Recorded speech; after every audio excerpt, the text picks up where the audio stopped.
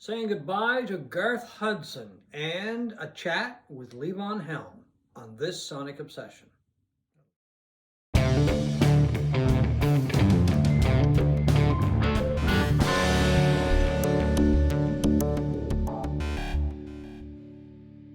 Hi folks, I'm John Wooden. Beside me is Steve McLeod. Today we're going to remember Garth Hudson and also run an interview I did with Levon Helm back in 1983 when the band reunited. A sad day when I heard that Garth had died. Not totally unexpected. He was 87 years old. So I mean, it really, time just caught up to him, I guess.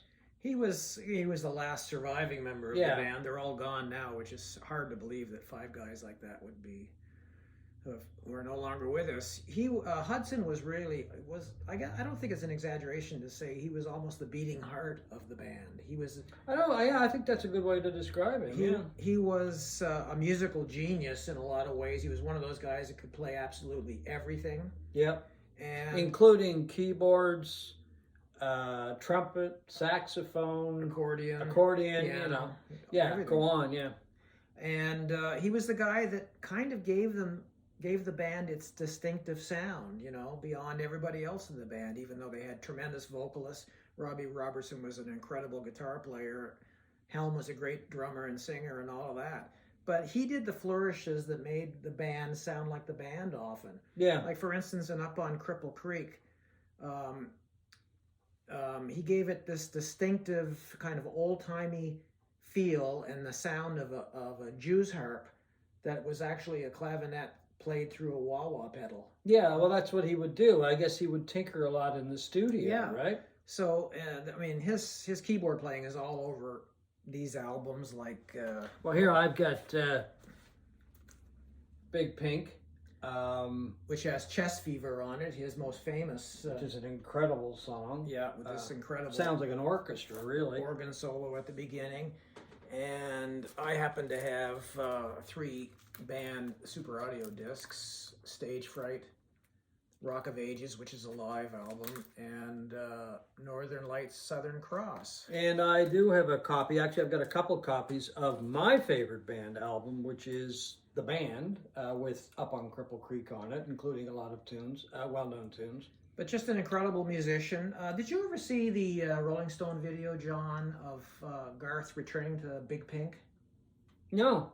I'm going to put a link to it in our description of this. It's him probably about 4 or 5 years ago. Very frail looking, very stooped looking.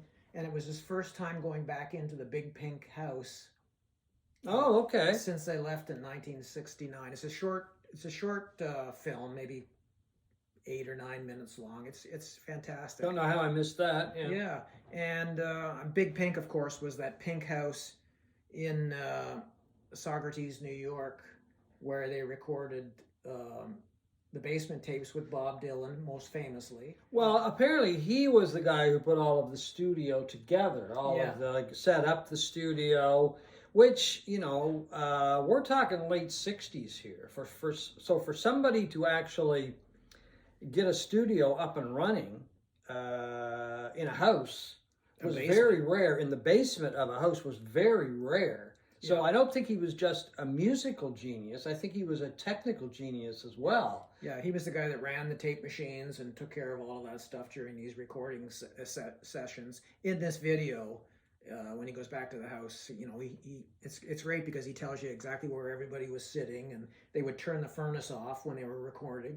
I have heard that, so to avoid the noise, Yeah, to avoid the noise, and they would be doing the household chores and whatever, and Dylan would come over and start tapping away at a typewriter and writing lyrics, and then they would go down in the basement.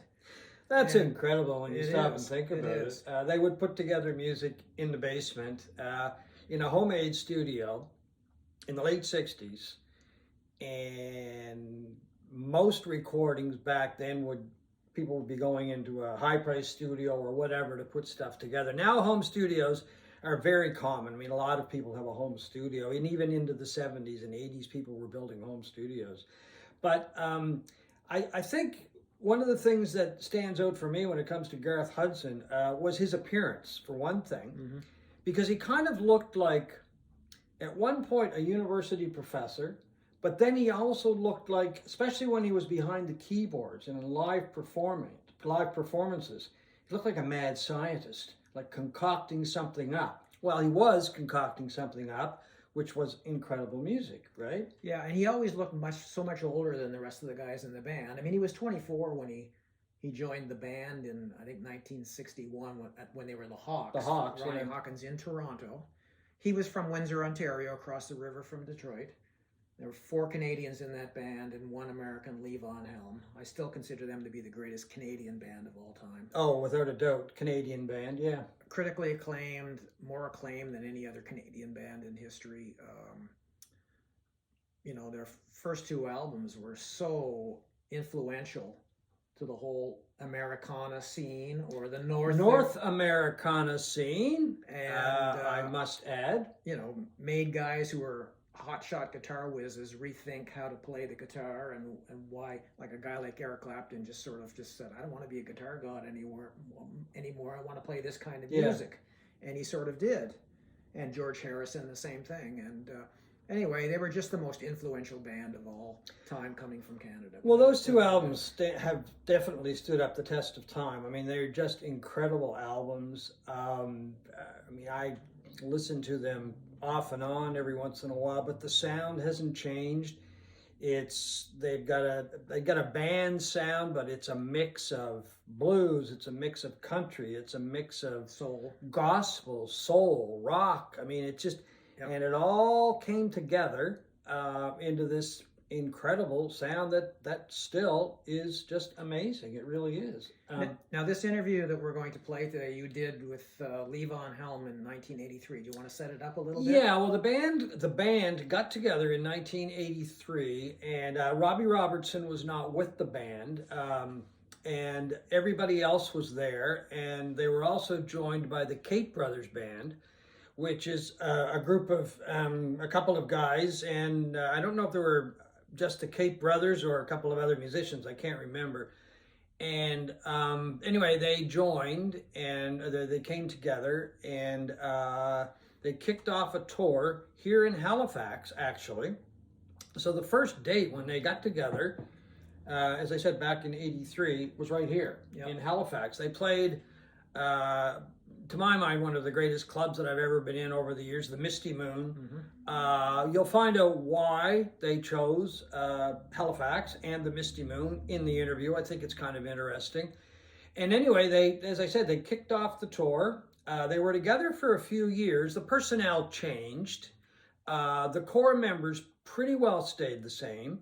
They released 3 albums, and this is without Robbie Robertson, I might add. And they just kind of continued the legacy of the band. Of the 3 albums they did, once they reunited without Robertson, this is my favorite. And it's a really good album, and I've talked to people over the years, not only myself who really like it, but others as well. And it's called Jericho. But anyway, back to the evening in 1983. After the show, we were all backstage. Everybody was there. All the musicians were there. Of course, Garth was there. What I really remember about Garth was he was very quiet, kind of sat off to the side a little bit. He looked like he was thinking. Maybe he was just thinking about the show or whatever. My interaction with him was very brief. Rick Danko and Richard Manuel were there. They were having a lot of fun. And then Levon and I did the interview. But as you'll hear in the interview, Levon always had a lot of respect for the other guys in the band, and getting back together and playing with them was just something very important to him. Mm-hmm. And he really enjoyed the reunion. And as I said, it lasted a few years off and on, and they did the 3 albums. So anyway, let's listen to my conversation with Levon Helm at the Misty Moon in Halifax in 1983. Levon, the first date you've played with the other guys in a few years, how do you feel? I feel great, thank you very much. Had a good time, the people enjoyed it.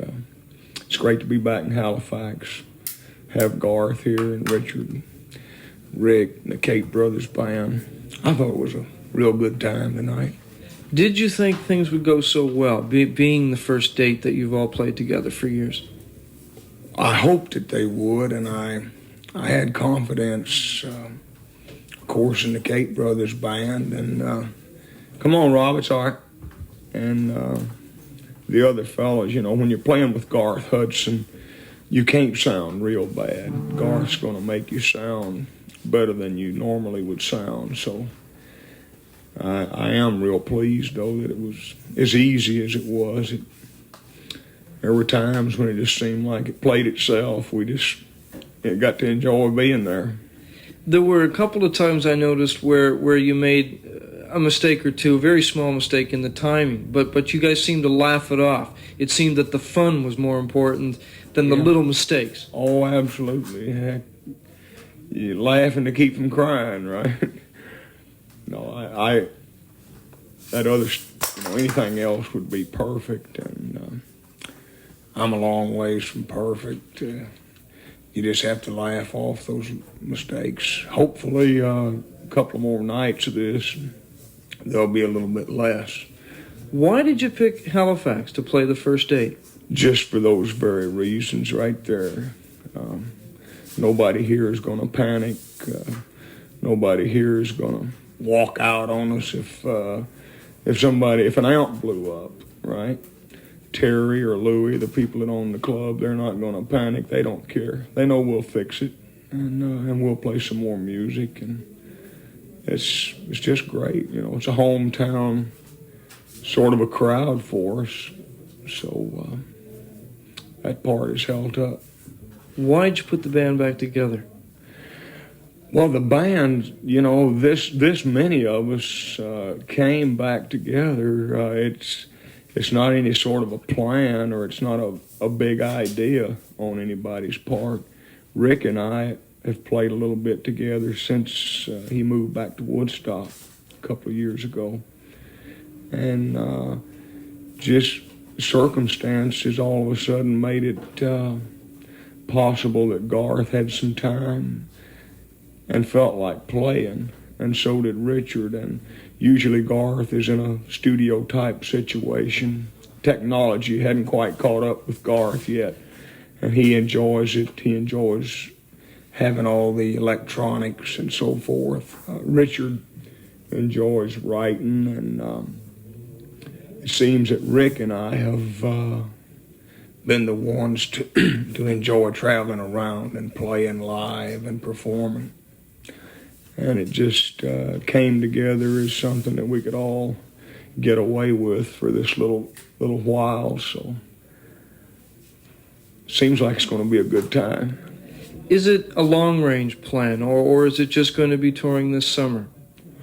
It's not any longer or more serious than anything else. Everybody's got things already in the fire, so to speak. They've got different projects that have to be attended to.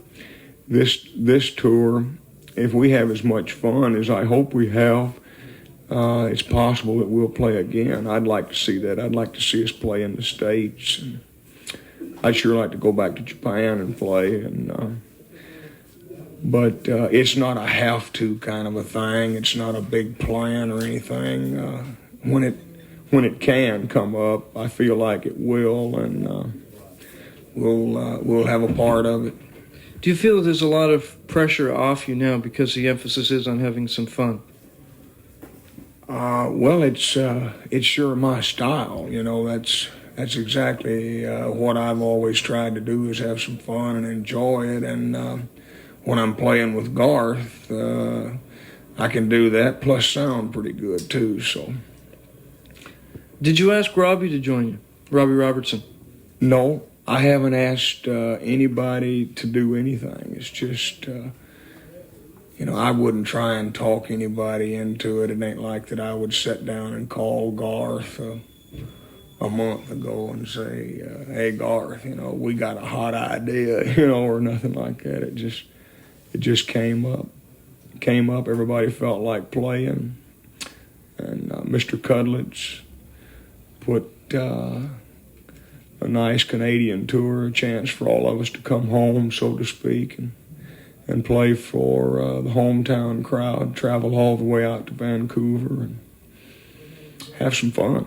Any plans to record?